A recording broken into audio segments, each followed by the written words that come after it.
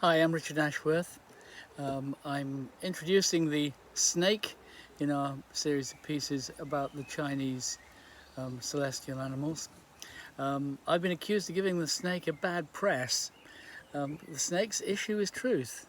So that means in one extreme the snake is the inveterate seeker after truth, the other extreme perhaps the opposite. Tony Blair, who's a triple snake, snake day, month and year, probably an example of that. The truth is kind of negotiable to some snakes and absolutely not to others. So, and also you will have 4-5 different animals in your buzzy. You are much more complex than any astrological analysis, and you have free will. So please bear that in mind. Having said all of that, if you think you're a snake, it's probably because you were born in 1941, the year of Pearl Harbor, one of the great acts of deception, 1953, 1965, 1977, 1989, and 2001, one of the other greatest feats of deception. The year will represent what is obvious, physical, visible about you. It will also represent your deepest history, that is DNA patterns, family patterns, those kinds of things. If you were born in the month of May, the snake month, the Chinese snake month, starting about the 5th, 6th of May, the month of the snake, it will tend to relate to your more shallow history. So it'll relate to your peers, your siblings, exes, the educational environment you've grown out of or growing in perhaps, and the work environment. If you're born in the hour of the snake between 9 a.m. and 11 a.m., then that will relate more to your future, to your kids, to your unspoken thoughts, your deepest dreams, perhaps the ones you don't even share, and your day, which you'll need a Chinese calendar or advice to find, but it is very important because it is most particularly who you are. It is most particularly who you are. Your day stem, that is the elemental character that moderates the animal of the day, would tend to be taken by a master to pretty much tell them who you are. So if you were to say you're a snake because you were born in one of those years, it's a relatively shallow thing to say. If you're saying you're a snake because you were born on a snake day, it may more describe you better. But it is the stem that really defines you. So whether you were born on a water snake day, a wood snake day, and so on. I'm teaching this stuff all the time by mutual arrangement, one-to-one over Zoom, so those kinds of questions tend to get dealt with in teaching, and they'll tend to get dealt with if you when I'm doing drafting bazis and interpreting them for people. My purpose being, of course, to heal heartbreak and make dreams come true, which is a nice aspiration, don't you think? What is a snake? The snake is yin fire and sits between the horse and the dragon, possibly the most powerful pair of animals in the zodiac, and certainly among the most difficult stools to fall between. So a typical weakness of the snake is indecision between those two stools of powerful extroversion and powerful introversion, if you like. Next to that is a lack of commitment, another weakness, and finally a propensity for sudden and uncharacteristic dishonesty. The snake is the prisoner who breaks at the threat of torture, which frankly is what I'd do if I knew I was going to give in anyway. There are perhaps old souls and younger souls, and maybe snakes vary more for that reason. The younger snake often has a vivid imagination and an inconsistent relationship with the truth. The older snake may treat truth as sacred, truth with a capital T. They may cross the world to find it. Snakes, being of candle flame fire, can be easily discouraged. So there's an issue of confidence here as well, which may make for lack of confidence may make for not digging sufficiently deeply, perhaps.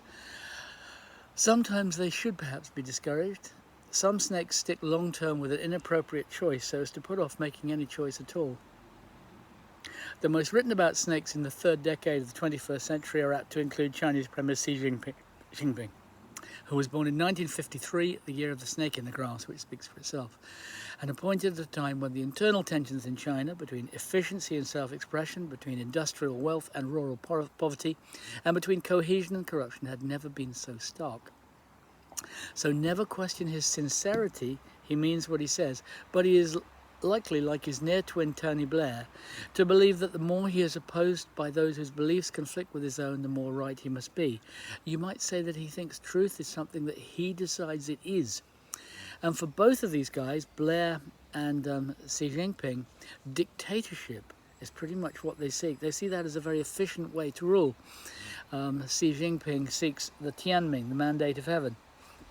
And the thing about it is the snake can so often not tell the difference between their viewpoint and the absolute. They may think that their view about things is actually the viewpoint, the gold standard. And perhaps this is the mark of the immature young soul. Older souls may include left-wing totem Bernie Sanders, for instance, who was born a metal snake in 1941. His bluntness is typical of the mature or balanced snake. Perhaps he's too truthful for his own good, at least career-wise. And truth is, as I say, the defining issue for the snake. They can vary between the lifelong seeker after truth and the fibber, but it is truth that runs them. Typically squeezed between the two, the choice for the snake is between opposites. The extroversion of the horse and the subtlety of the dragon, instinct and logic, process and end product, long and short-term relationship and freedom, employment or entrepreneurship. In the face of this dilemma, a balanced snake will often develop sufficient charm to get through without having to make the hard decisions. And again, this is truth or truth. You know, how deep is the truth that you're expressing? As a rule, the deeper the truth is, the more difference it will make, the more useful it will be to you, the more you own what's really so. Snakes can live in kind of dream worlds. In dragon times, snakes are reckoned to find their teacher, and in snake times, dragons are reckoned to find their students. Typically, the snake of either gender is not the decision maker in relationship. When they marry a pig, this is doubly so. The power of the pig's uncertain yin water may precisely match the delicate yin fire of the snake, often making for standoffs and provisional decisions. Those decisions the snake has not made may include the one to be committed to the relationship in the first place. The partner of the snake, best choice probably ox or rooster, though monkey lady and snake man works well, would be well advised to drag at least this minimum communication from the snake early on. You know, if you're in a committed relationship, make sure that is something that's been agreed to explicitly. Interestingly, snakes can, despite all this, be among the best makers and keepers of relationship of all 60 animals. Their what's called lapium is what's it called? Water anyway. But they sure can make it hard for themselves.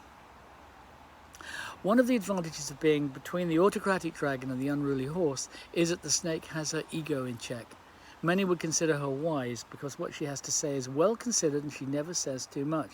The snake can be a brilliant collaborator, especially with the ox and the rooster, who are in a sense similar to her neighbours. The rooster is blatant, much like the irrepressible horse. Both are, like it or not, pure. Horse and rooster. Horse is pure fire, rooster is pure metal. And the ox is determined, like the heads down dragon, while the snake anchors them to each other. So there's this group. There may be moments of doubt when the snake's loyalty wavers. At such times the snake asks searching questions which should have been settled long ago, and then usually recommits. The high-minded Brutus, that is in Julius Caesar, was probably a snake, not Judas, that's much more complicated. To know this grants the snake both power and integrity. Snakes who know this about themselves earn undying trust. The snake can also work with the dragon in what is called the House of Magic. Only she can subordinate her ego to the extent the dragon demands while also keeping up. The snake wants to learn from the dragon. An ideal snake vocation is high-level PA. Usually and wisely, the snake opts to be number 2 rather than big chief. The snake often has the intellectual and visual gifts of fire. She makes a good critic as her judgment is sound, and she's not out to destroy egos. She will generally have natural and effortless style too. On the other hand, the snake has a love-hate relationship with the monkey. Both have hands-on and logical ability, and both attract occasional tussles. But where the monkey welcomes an opportunity for mischief, the snake treats dispute as a regrettable evil. And the thing about the monkey is the monkey does not generally want to give the game away. The monkey is a sign of the stand-up, the joker. They don't want to be too attached to things. It's kind of dangerous for them because they're always taking the mickey out of other people. Similarly, the snake wants to keep various varieties of the truth in stock in case they want to deploy one or the other. This is where I get accused of giving them a bad press. But they are also technically secret friends. They are complementary amulets. And given that, they have to get on with each other. But it's not easy for them because both have to pretty much show their cards.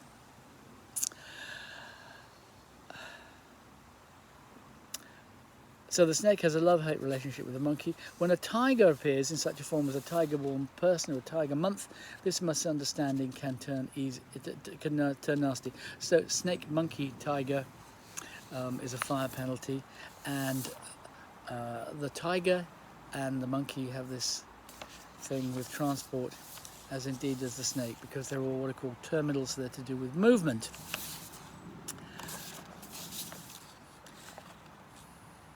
In a dog year like 2018, it was plainish sailing. In an ox year such as 2021, when the monkey was, for the second consecutive year, if you remember, favoured more complex. Why was it favoured? Because of the rat year and the ox year. The monkey is in a Samhain, that is 3 harmony relationship with the dragon and the rat. So therefore the rat, and also shares metal with the ox. If there are monkeys in your friend group, seek them out and try to find common ground. They may save you when the chips are down, but it still won't be their priority. They are jokers. The snake is opposed to the pig, and as both, getting back to the snake, and as both are members of the informal group sometimes called the 4 terminals, as I said, they can impede each other's movement. Snakes may develop mobility issues in a pig year and vice versa, and that's true of all 4 of the terminals, the other 2 being tiger and monkey. The snake prefers a short menu and yes-no questions. In a rat year, their yin-fire may be baffled by the width of choice represented by yang water. It's possible that the snake's dreams will come true only for her to sprint in the opposite direction. Snakes do that. Deep communication often has to be wrenched from the snake, and in the water years of rat and pig, there is little support for the tight-lipped. In the ox year that follows, expect just enough water, but not too much. This makes scope for the restricted level of communication that snake prefers. Final health note. Snakes have a complicated relationship with fire. They're not usually sun worshippers, but often their skin needs just a little regular sun, and without it they may fall prey to easily avoided ailments such as vitamin D deficiency. So get a little bit of sun, but not too much. That's yin fire, a little bit of sun.